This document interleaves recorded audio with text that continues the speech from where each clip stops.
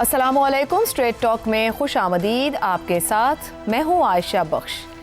Iran में हुकूमत मुखालिफ एहतजाज में नुमायां शिद्दत देखने में आ रही है। एक जानिब दाखिली सतह पर माशी दबाव, समाजी आज़ादियों के मुतालबात और नौजवान नस्ल की बेचैनी बढ़ रही है, तो दूसरी तरफ खारजी सतह पर अमरीकी सदर डोनाल्ड ट्रंप की जानिब से बार बार ईरानी मुजाहिरीन की हिमायत के नाम पर मुदाखलत की धमकियां दी जा रही हैं। ये सूरत हाल ईरान की दाखिली और खारजी सलामती के लिए एक संजीदा चैलेंज की सूरत इख्तियार कर चुकी है।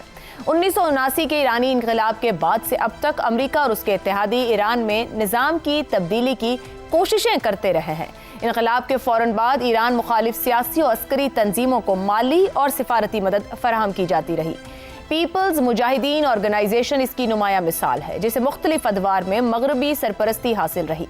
ईरान इराक जंग के दौरान भी अमेरिका ने बराह रास्त और बिलवास्ता तौर पर सद्दाम हुसैन की भरपूर मदद की ताकि नौ कायम शुदा ईरानी इनकलाबी निज़ाम को कमज़ोर किया जा सके।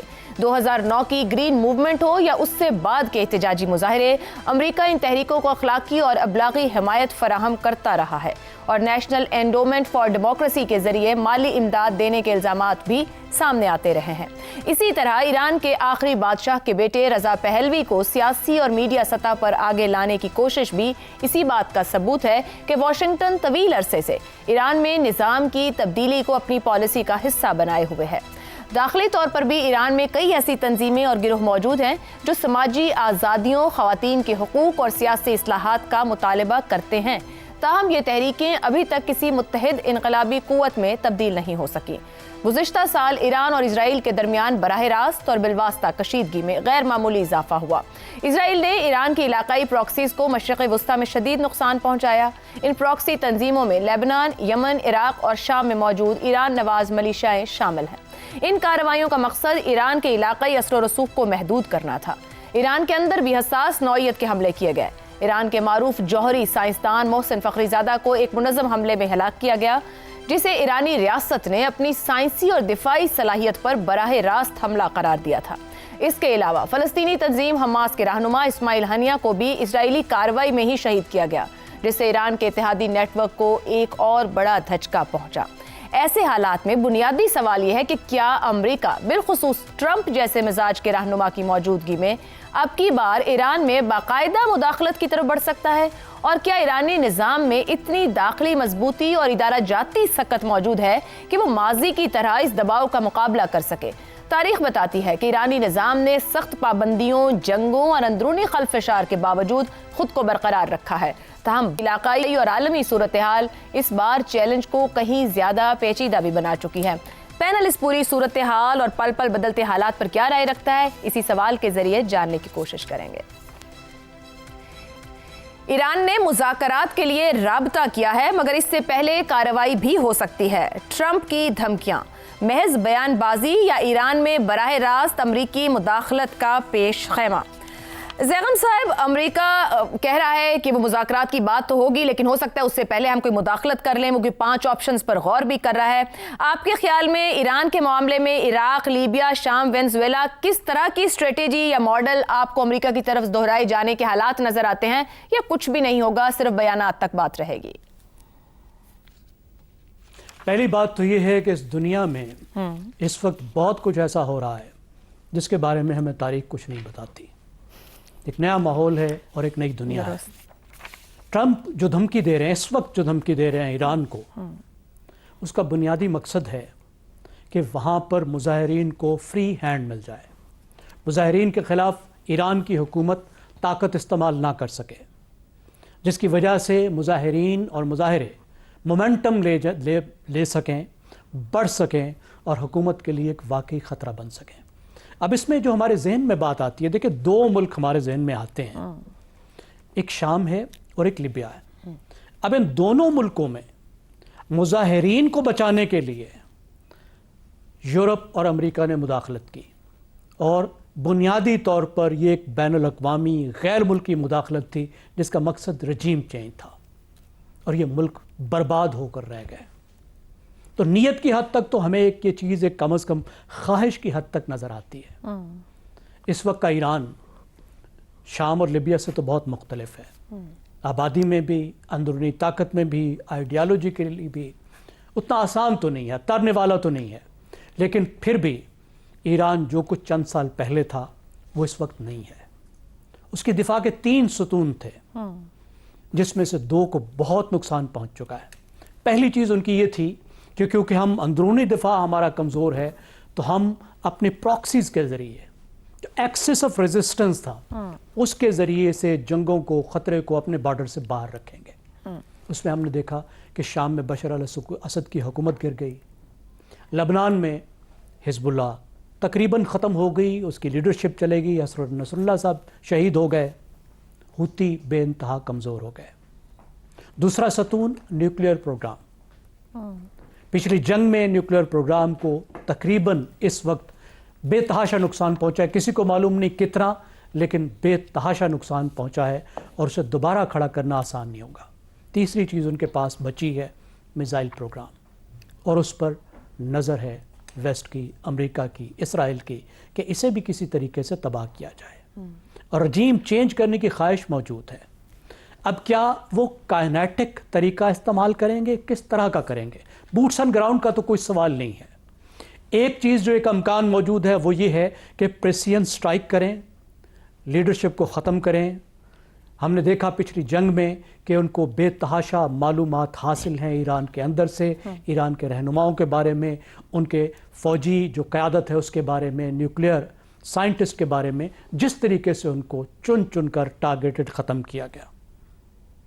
ایک تو یہ ہے کہ دوبارہ اس طرح کے حملے کیے جائیں اور ایران کو مجبور کیا جائے کہ وہ امریکہ کی شرط پہ, اسرائیل کی شرط پہ مذاکرات کرے اور ان کی بات مانے. دوسری بات یہ ہے کہ معاشی طور پر اس کا گھیراؤ کیا جائے اور اس گھیراؤ کو مزید بڑھایا جائے, کیونکہ اس وقت جو یہ لوگ کھڑے ہوئے ہیں وہ معاشی تنگی کی وجہ سے کھڑے ہوئے ہیں, جس میں ایران کی اپنی خامیاں بھی ہیں, اس حکومت کی مس مینجڈ کرپشن بھی ہے, لیکن پابندیوں کا بہت بڑا رول ہے. آپ دیکھیے بجلی نہیں ملتی ایران میں, ایسا ملک جو دنیا کے دوسرے بڑے تیل کے ذخائر پر بیٹھا ہے وہ مناسب بجلی پیدا نہیں کر رہا. تہران میں جو پانی کا کرائسس ہے کہ تہران کے بند ہونے کا خطرہ ہے, خود وزیر اعظم صدر صاحب نے خود اس بات پہ انفارم کیا تھا, شہریوں کو بتایا تھا. اس 6 ماہ کے درمیان میں جو ایران کی کرنسی ہے ریال 40% گری ہے, آدھی ہو کر رہ گئی ہے, مہنگائی اس وقت 60% ہے. تو اب لوگ جو ہیں وہ بے تحاشا تنگ آئے ہوئے ہیں, اور اگر یہ مزید سختی باہر سے بڑھتی ہے, پابندیاں بڑھتی ہیں, تو یہ تو اور زیادہ سخت ہو جائیں گے حالات. تو آپ سمجھ رہے ہیں داخلی اتنی طاقت مل جائے گی کہ باہر سے کیا گیا کوئی بھی وار کارگر ثابت ہو سکتا ہے. دیکھیں اب جو باہر سے کیا گیا وار ہے وہ بھی 2 دھاری تلوار ہے. مثال کے طور پر اگر وہ اسٹرائک کرتا ہے امریکہ, ایک تو یہ ہوگا کہ ایران نے دھمکی دی ہے, ان کی ایران کی جو ڈیفنس کونسل ہے کہ ہم ریٹیلیٹ کریں گے, بلکہ پری ایمپٹیو سٹرائک کریں گے. اس سے وہ ایسکولیشن ہوگی جو امریکہ نہیں چاہے گا. دوسری بات یہ ہے کہ جب باہر سے حملہ ہوگا تو اس بات کا بھی امکان موجود ہے کہ لوگ مظاہرے کرنے کی بجائے اپنے پرچم کے گرد اکٹھے ہو جائیں اور اس رجیم کو, اس حکومت کو مزید طاقت مل جائے. تو میرے خیال میں اس وقت جو آپشن ان کے پاس زیادہ بڑا موجود ہے کہ ایرانی عوام کی مشکلات میں اضافہ کیا جائے, جس کے نتیجے میں ایرانی حکومت اور عوام کے درمیان میں فاصلے بڑھیں. لیکن دیکھیے جو اصل چیلنج آئے گا, آخری بات یہ ہے, اصل چیلنج جو ایران کی اس حکومت کو آئے گا, جو سسٹم آف گورنمنٹ کو آئے گا, وہ اس وقت آئے گا جب ان کے رہبر علی خامنہئی صاحب دنیا میں نہیں رہیں گے. ان کی عمر 86 سال ہے, اور یہ ذہن میں رکھیے کہ پچھلے 100 سال میں ایران میں صرف 4 لوگوں نے حکومت کی ہے, 2 بادشاہوں نے اور 2 مذہبی رہنماؤں نے.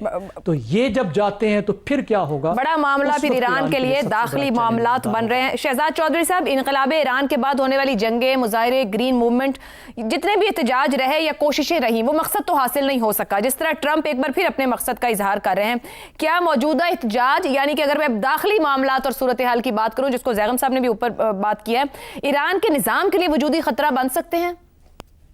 دیکھیے, ہم ٹرمپ کو فی الحال ایک سائڈ پہ رکھ کے اگر صرف ایران کے اپنے معاملات کو دیکھیں تو یہ جو لوگوں کی شکایات جو کہ ایک اظہار کے طور پہ سامنے آئی ہیں, کیا یہ بھی ایک خاص یا بڑی وجہ نہیں ہے جس پہ ایران کو دھیان دینے کی ضرورت ہے؟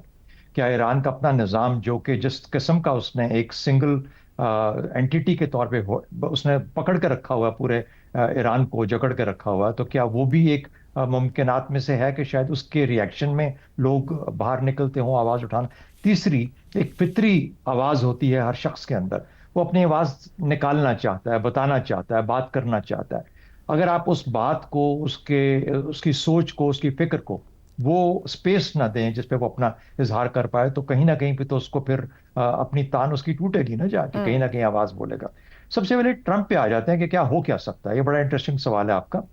دیکھیے، ٹرمپ وینیزویلا میں یا وینیزویلا چلا سکتا ہے، یا گرین لینڈ لے سکتا ہے، یا ان دونوں چیزوں کے ساتھ جو اس نے روس اور چین کو چھیڑا ہے ان کا کچھ مقابلہ کر سکتا ہے، یا وہ ایران میں رجیم چینج کر سکتا ہے، یا وہ ساؤتھ چائنا سی میں تائیوان کے بارے میں فکر مند ہو سکتا ہے کہ وہاں پہ کچھ نہ ہو جائے، جب وہ الجھا ہوا ہے آرکٹک ریجن کے اندر جہاں پر گرین لینڈ کی بات ہو رہی ہے، وینیزویلا، لیٹن امریکہ وغیرہ۔ تو کہنے کا مطلب یہ ہے کہ اتنے فرنٹس کے اوپر وہ نہیں اس کے پاس اتنا ٹائم یا اتنی ایفرٹ کہ وہ اس پہ دیکھے گا ایران۔ ہاں، وہ یہ ضرور چاہے گا کہ جو آیت اللہ کا جو اس وقت جو نظام ہے اس کو کسی طریقے سے یہ گر جائے۔ اب گرنے کے بعد کیا کرنا ہے اس کا حل اس کے پاس فوراً نہیں ہوگا۔ اسرائیل تو اس کو کہے گا کہ آئیے آ کے مل کے حملہ کرتے ہیں، یہ موقع ہے ایران کو ختم کر دیں، لیکن کس کس کو ختم کریں گے؟ ایک بات جو کہ زیغم صاحب نے بھی جس کا ذکر کیا، جب آپ حملہ باہر سے کرتے ہیں تو آپ اسی ہجوم کو ایک اور اینگل دے دیتے ہیں، جہاں پر وہ ہجوم پہلے اپنے نظام کے خلاف کھڑا تھا، اب وہ باہر کی قوت کے خلاف کھڑا ہو جاتا ہے۔ ایران میں امریکہ کے بارے میں جو جذبہ ہے، جو جذبات ہیں، وہ کسی سے ڈھکے چھپے نہیں ہیں۔ بے شک ان کے اپنے ہاں بھی شکایات ہوں گی، لیکن ساتھ ہی ساتھ ان کو امریکہ کو بھی اور اسرائیل کو بھی ایک خاص اینگل سے دیکھتے ہیں۔ تو امریکہ اور اسرائیل ایسے وقت میں اگر ایسا کام کریں گے تو وہ کاؤنٹر پروڈکٹیو ہوگا اس بڑے مقصد کے لیے جس کے لیے وہ ہمیشہ سے کوشش کرتے رہے کہ کسی طریقے سے ان کا نظام جو ہے اس کو درم برم کیا جائے۔ تو میرا نہیں خیال کہ کوئی ڈائریکٹ اٹیک، اور دوسرا ڈائریکٹ اٹیک ہو بھی کیسے سکتا ہے؟ ہوائی اٹیک ہوں گے، کیا ہوگا؟ میزائل اٹیک ہوں گے، کتنے دن کریں گے؟ 8 دن، 10 دن، 12 دن آپ نے کر کے دیکھ لیا، کوئی رجیم چینج وہاں پہ تو ہوئی نہیں، کوئی ان کے عوام کے اندر ایسا جذبہ نہیں آیا جس نے کہا کہ ان کو ختم کر کے رکھ دو، انہوں نے ہم میں وہ کھڑے ہو گئے جذبے کی طرح کے ساتھ۔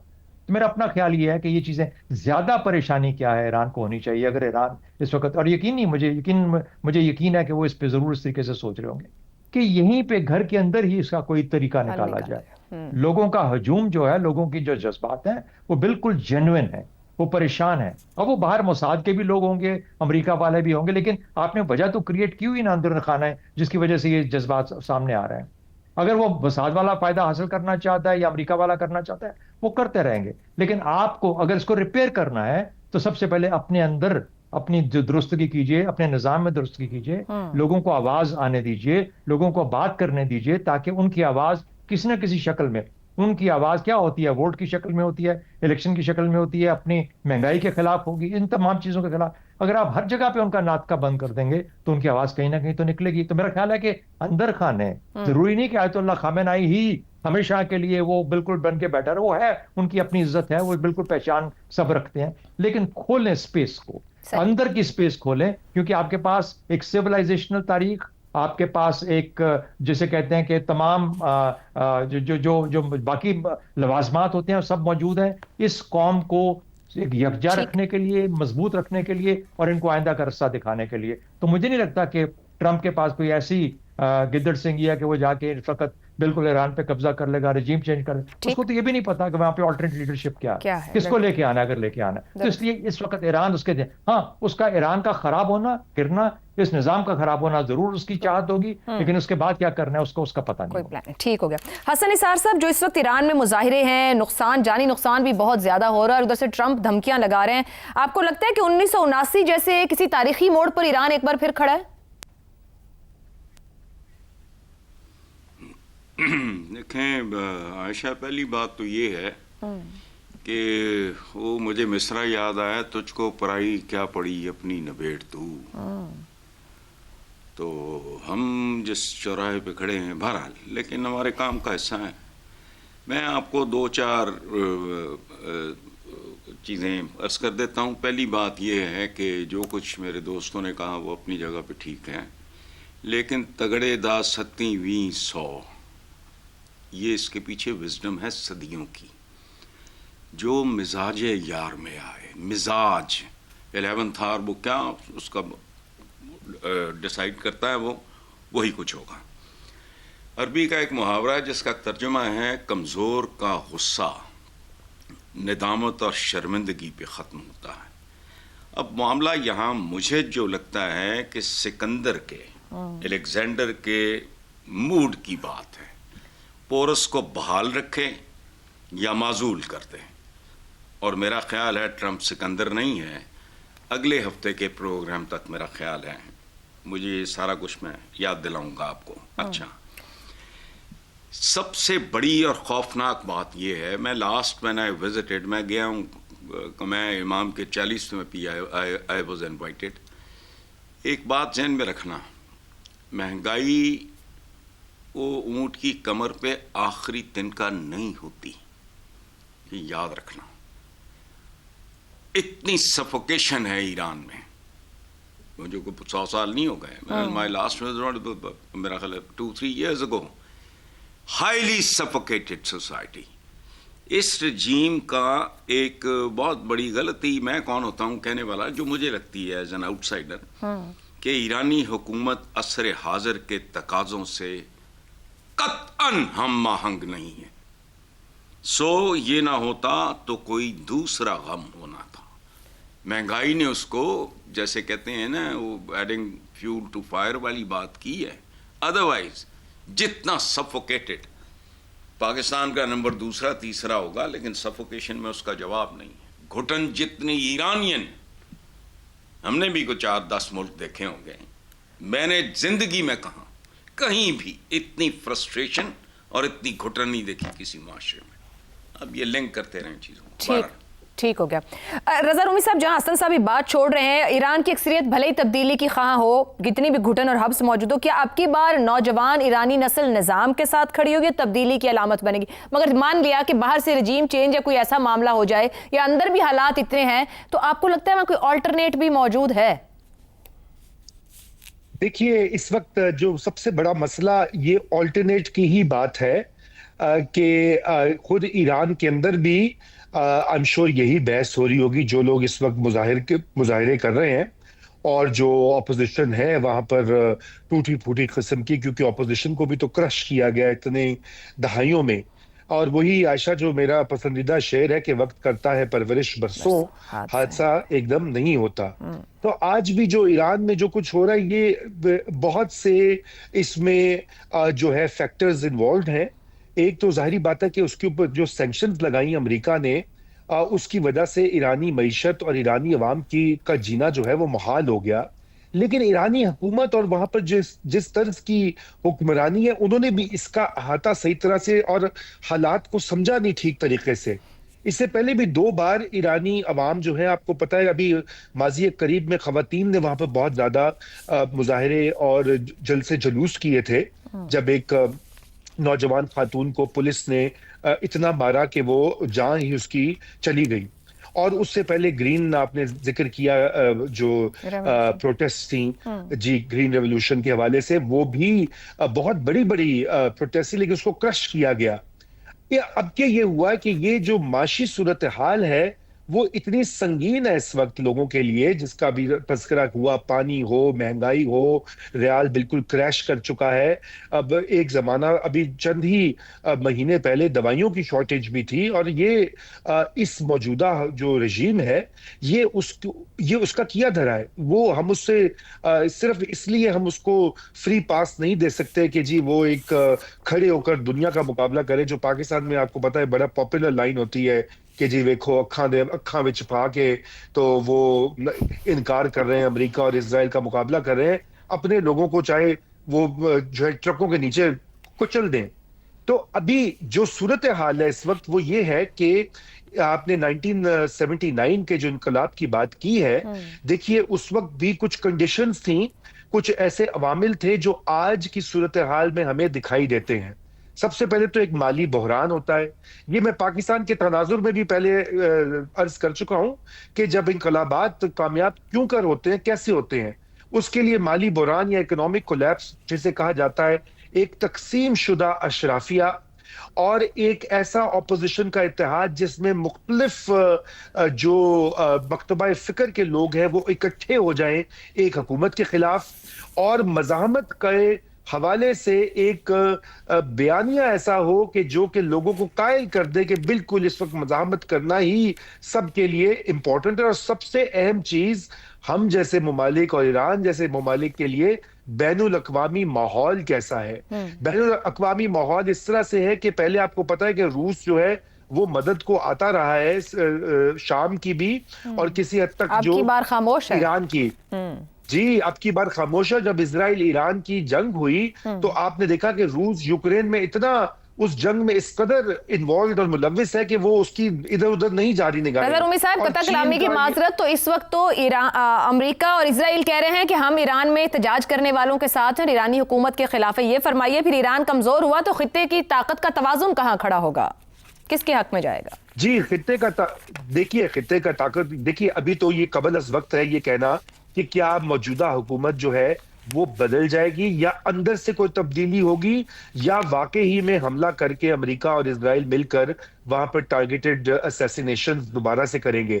دیکھیے یہ تینوں آپشنز موجود ہیں، لیکن جو اس وقت کوشش ہے وہ یہ ہے کہ جیسے کہا جا رہا ہے کہ لوگوں کی معاشی مشکلات میں اتنا اضافہ کرو کہ خود ہی اشرافیہ کے اندر جو اس وقت رولنگ حکمران طبقہ ہے ایران کے اندر، اسی کے اندر سے وہ ایک تبدیلی عمل پذیر ہو جائے۔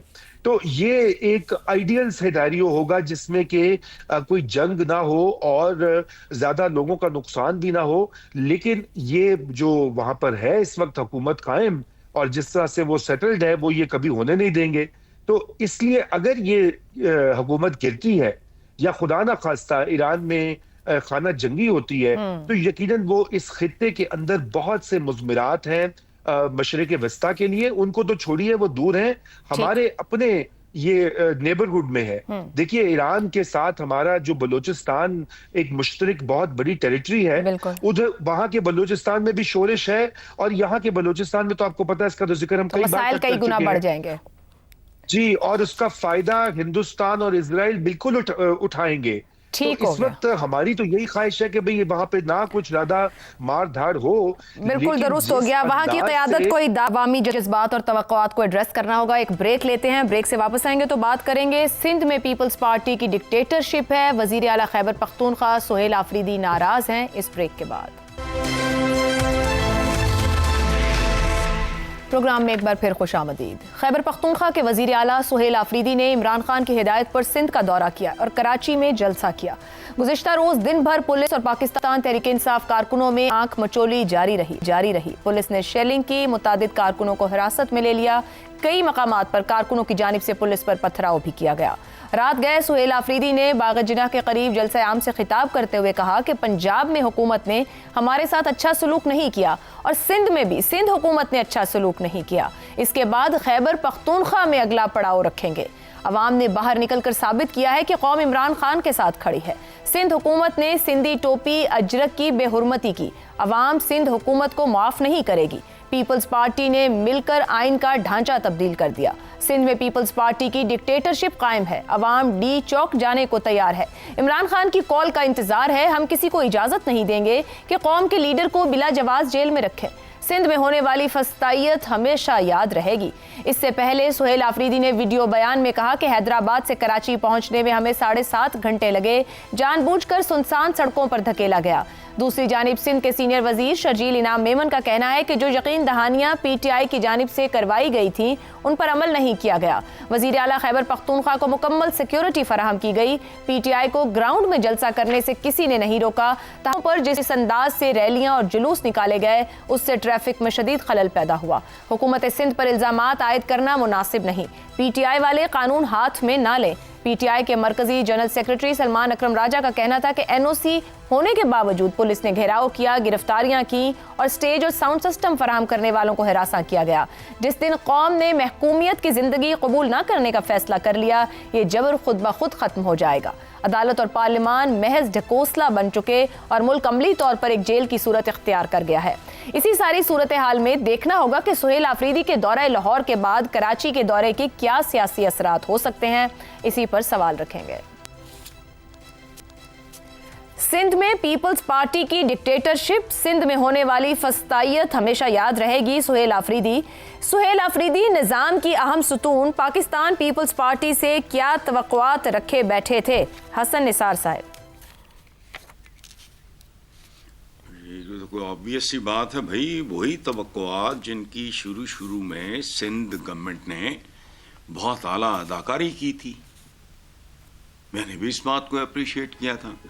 अच्छा, और वही तवक्कुआत जो नॉर्मल सेहतमंद मस्बत माहौल में राइज होती हैं, वही तवक्कुआत जो रवायात के साथ हम आहंग होती हैं कि दुश्मन भी, हमारे यहाँ ये कहते हैं, दुश्मन भी चल के घर आ जाए तो उसकी जान का दुश्मन मेज़बान बन जाता है। तवक्कुआत उसमें कौन सी तवक्कुआत?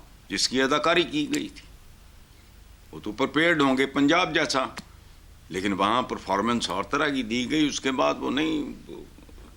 मगर उनकी पहली मीडिया गुफ्तगू में वो लीडरशिप के अंदर एक डिवाइड डाल के भी लीडरशिप पर तनकीद कर रहे थे, जैसा कि वो जुल्फ़िकार अली भुट्टो और बेनज़ीर भुट्टो की तारीफ कर रहे हो, वही बिलावल भुट्टो और आसिफ जरदारी को वो ओनरशिप नहीं दे रहे थे जमात की, तनकीद का निशाना बना रहे हो। तो रिस्पॉन्ड तो करेगी पीपल्स पार्टी भी। वो तो आप भी यही करेंगी, वो तो अगर आप भी ऑनेस्ट हैं तो यही करेंगी सर। मगर वजीर आला को अगर वहां पर प्रोटोकॉल दिया जा रहा था, वो कह रहे ना मेहमान आए तो आप पॉलिटिशियन एज अ पाकिस्तानी, हाँ भाई सुन लें ना, अब आप किन के साथ कंपेयर कर रही हैं? You are not being fair to Benazir and Zulfikar Ali Bhutto. अभी तो पॉलिसीज पीपल्स पार्टी, सर अभी तो पीपल्स पार्टी वेलकम कर रही थी ना, और पॉलिसीज आसिफ जरदारी या बिलावल भुट्टो बना रहे होंगे वहां पर। ओ भाई उन्होंने तेवर देख लिए होंगे तो उन्होंने उनको याद किया है, जिनको ट्रिब्यूट देना बनता था दिया है, जिनको नहीं देना बनता था वो कहानी खत्म हो गई। चले ठीक है, स्क्रिप्ट तब्दील हो गया, बात खत्म हो गई। अच्छा, ये आपने अच्छा कह दिया। रज़ा रूमी साहब, लाहौर के बाद कराची की सूरत हाल और खफा वो दोनों हुकूमतों से हुए हैं, मगर फिर भी एक किसी न किसी तरह कराची में तो मजमे से खिताब हो गया। आप ये बताइए, वेलकम से बैड बाय तक दिल इतने तब्दील कैसे हो गए? देखिए, वो तो बड़ी एक वाज़ेह सी बात थी कि वो नहीं जानते थे कि पाकिस्तान पीपल्स पार्टी इस वक्त मौजूदा जो निज़ाम या जिसे सिस्टम कहा जाता है, हाइब्रिड भी कहा जाता है, जो भी अलकाबात आप नवाज दीजिए, वो उसका एक कलीदी हिस्सा है। और क्या अगर जो पॉलिसी पाकिस्तान तहरीक इंसाफ के हवाले से इस वक्त पॉलिसी है बड़े घर की, तो क्या पाकिस्तान पीपल्स पार्टी उसे इनहराफ कर सकती है? कतई नहीं। वो उन्होंने जो कुछ अपने जो उनके बस में था, उन्होंने एक अपनी जमहूरी जो क्रेडेंशियल्स हैं उनको दिखाने के लिए शुरू में वेलकम वगैरह किया, अजरक वगैरह पहनाई, लेकिन जब मामला आया जलसे का, जुलूस का और पब्लिक की मोबिलाइजेशन करने का, तो पाकिस्तान पीपल्स पार्टी की हुकूमत ने भी वही किया जो कि जैसा कि लाहौर में किया जा रहा था। देखिए, ये जो एक पॉलिसी है ये सेट हो चुकी है। अब इसमें ये नहीं हो सकता कि अगर एक इत्तेहादी हुकूमत जो है वो एक हाइब्रिड निज़ाम का हिस्सा हो और उन्होंने एक पॉलिसी तय कर ली हो तो उसका एक फरीक या एक जुज़ जो है वो अलग अपनी पॉलिसी पे अमल पैरा हो। ऐसा होना मुमकिन नहीं है। और ये बात, लेकिन उससे कतई नजर मैं समझता हूँ कि सुहेल आफरीदी साहब जो हैं उन्होंने भरपूर इसमें अपनी सियासी जो स्किल्स हैं उनका इजहार भी किया। लोग भी बड़ी हद तक जमा हुए और ये बात जो कही जाती है कि पाकिस्तान तहरीक इंसाफ कराची में बहुत उसकी सपोर्ट बेस है, वो भी किसी हद तक जो है वो साबित हुआ कि इतनी ज्यादा रुकावटों के बावजूद अच्छी खासी तादाद लोगों की जमा हो गई। और मेरे ख्याल से ये इसकी इजाजत को ना देना या रुकावटें खड़ी करना वो इन सियासी पार्टियों के भी हक में नहीं है। मुझे तो ये समझ नहीं आता कि इस वक्त ये क्यों इसके ऊपर गौर व खौस नहीं होता PMLN और PPP में कि जितना वो ये वाले काम करेंगे वो खुद अपने मुस्तकबिल के लिए मुसीबतें खड़ी कर रहे हैं। देखिए, यही काम पाकिस्तान तहरीक इंसाफ करी थी जब वो पावर में थी, ऑपोजिशन को तंग करके। आज वो पावर से निकल गई तो आप देखिए उनका क्या हाल किया है उनकी मुखालिफ जमातों ने और एस्टेब्लिशमेंट ने। तो इसलिए कुछ सीखना चाहिए माजी से और तारीख से और हालात को बेहतर करना चाहिए। कुछ इस मुल्क में सांस और जमहूरी अमल आगे बढ़े। मगर एक बात तय है कि माजी और तारीख से किसी ने। रज़ा साहब, एक ब्रेक लेते हैं, ब्रेक के बाद गुफ्तगू आगे बढ़ाएंगे।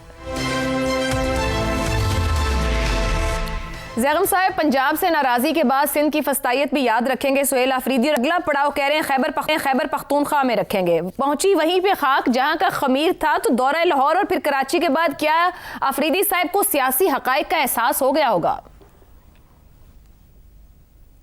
नहीं आयशा, मुझे ये बताइए कि सुहेल आफरीदी साहब पीपल्स पार्टी से इतनी तवक्कुआत क्यों रख रहे थे?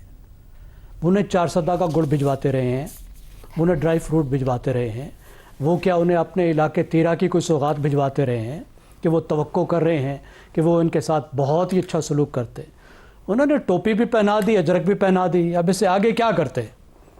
आप ये देखिए कि खुद पीटीआई ने अपने दौर में जरदारी साहब को भी गिरफ्तार किया, फरियाल तारपुल को भी गिरफ्तार किया, सिराज दुरानी को भी गिरफ्तार किया, शर्जील मेमन को भी गिरफ्तार किया, कोई कसर नहीं छोड़ी उन्होंने पीटीआई का रगड़ा लगाने में।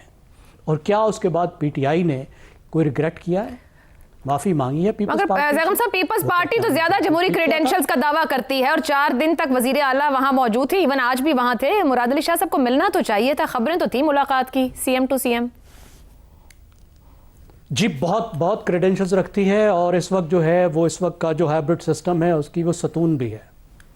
तो हाइब्रिड सिस्टम के एक मजबूत सतून के तौर पर जितने जमहूरी क्रेडेंशियल्स हो सकते हैं पीपल्स पार्टी के, वो इस वक्त मौजूद हैं। सही। और इससे ज़्यादा मैं आप क्या बात करूं?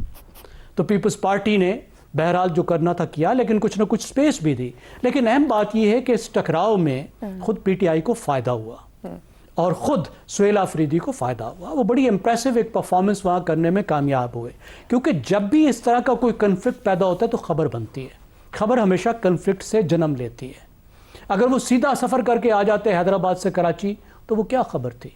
लेकिन जिस तरीके से जो खेल कूद किया गया, जो वो बियाबान से गुजरे, जो उन्होंने वीडियोस बनाई, जो उन्होंने उस वक्त ट्वीट्स की, तो उसकी वजह से खबरें बनी। फिर जो रुकावटें डाली गई वो सब रुकावटें खबरें बनी। और उसके बावजूद उन्होंने अच्छा एक परफॉर्मेंस कर लिया। अगरचे कोई इस लिहाज से हैरानी की बात नहीं है कि बहरहाल एक बहुत बड़ी जमात है जिसका एक साइजेबल जो है फॉलोइंग कराची में मौजूद है, वो ऐसा कर सकती थी। लेकिन इसके बावजूद इलेक्शन के बाद से अब ये देखिए, साल में पहली बार है कि सिंध में और कराची में, सिंध के दारुल हुकूमत कराची में पीटीआई ने कोई अच्छी करीबन 2 साल दुरुस्त हो गया पॉलिटिकल एक्टिविटी की है। लेकिन सवाल देखिए, सवाल जो है अहम सवाल ये है कि ऑब्जेक्टिव क्या था? जलसा तो वो कर सकती है, किसी को शक नहीं है, लोगों को इकट्ठा कर सकती है, ये तो कोई बड़ी बात नहीं है ना। मई से पहले तक मुसलसल करते, जो ऑब्जेक्टिव है क्या वो अचीव होंगे? क्या जो एक्टिविटीज ये करने जा रहे हैं उसके नतीजे में इतना प्रेशर डाल पाएंगे हुकूमत पर, इस्टेब्लिशमेंट पर, कि उनकी शराइत पर वो उनसे मुज़ाकरात करें और उनकी बात माने? मगर अभी तो उन्हीं के स्टेटमेंट्स के ऊपर बहुत कुछ कहा जा रहा है हुकूमत की तरफ से भी, और जाहिर बात है निज़ाम भी उस पर रद्द-ए-अमल दे रहा है। शहजाद साहब, ऐसा क्या हुआ कि शुरू में सुहेल आफरीदी को वेलकम कहने वाली सिंध हुकूमत सख्ती पर उतर आई? अच्छा, ये देखिए, एक तो रिवायात है ना। रिवायात का मतलब ये है कि कोई अगर आपके घर मेहमान आया है तो एक सिंधी रिवायत समझ लीजिए कि उन्होंने अपने मेहमान का उस तरीके से आवभगत की, उसका ख्याल किया, उसको लुक आफ्टर किया। बड़ी अच्छी बात है, बहुत अच्छी मैच्योरिटी।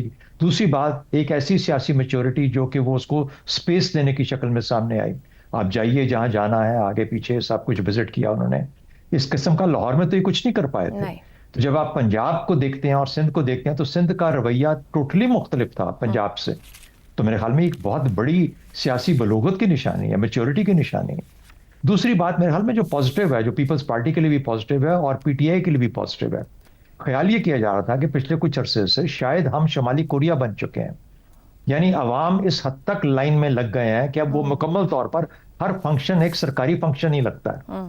लेकिन पता ये चला कि नहीं, लोग अपने तय अपने तौर पर अपनी आवाज सुनाने के लिए, चाहे वो जिससे भी ताल्लुक रखते हैं, मुझे नहीं पता कराची में जलसे में जो लोग आए क्या वो सिर्फ पीटीआई के लोग थे या एमक्यूएम के भी शामिल थे, या ऐसे भी लोग थे जो कि सिर्फ अपनी आवाज, कि आज मौका मिला है हम अपनी आवाज नारा लगा सकें, कोई भी नारा लगा।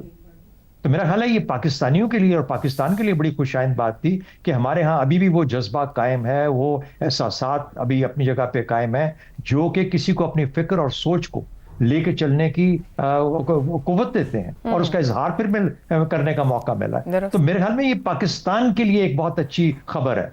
हम बिल्कुल से सब शुमाली कोरिया नहीं बन गए थे, जो कि नजर आ रहा था शायद कुछ अरसे के बाद ये हालात हो गए। तो मैं तो इसमें कोई पॉजिटिव ही पॉजिटिव देखता हूँ। मैं ये नहीं कह रहा कि इससे कोई रिजीम चेंज हो जाएगी, खुदा कोई हुकूमत अपना हार जाएगी या कोई और बदल जाएगा, कुछ भी नहीं होगा।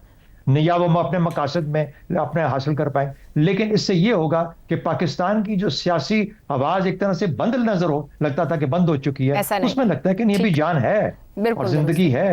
اسی لیے تو 48واں نمبر ہے ان کا ان لوگوں میں جو کہ اپنے ملک کے لیے لڑنے کے لیے, پہلا نمبر ہے ان میں جو اپنے ملک میں لڑنے کے لیے تیار. ٹھیک ہو گیا.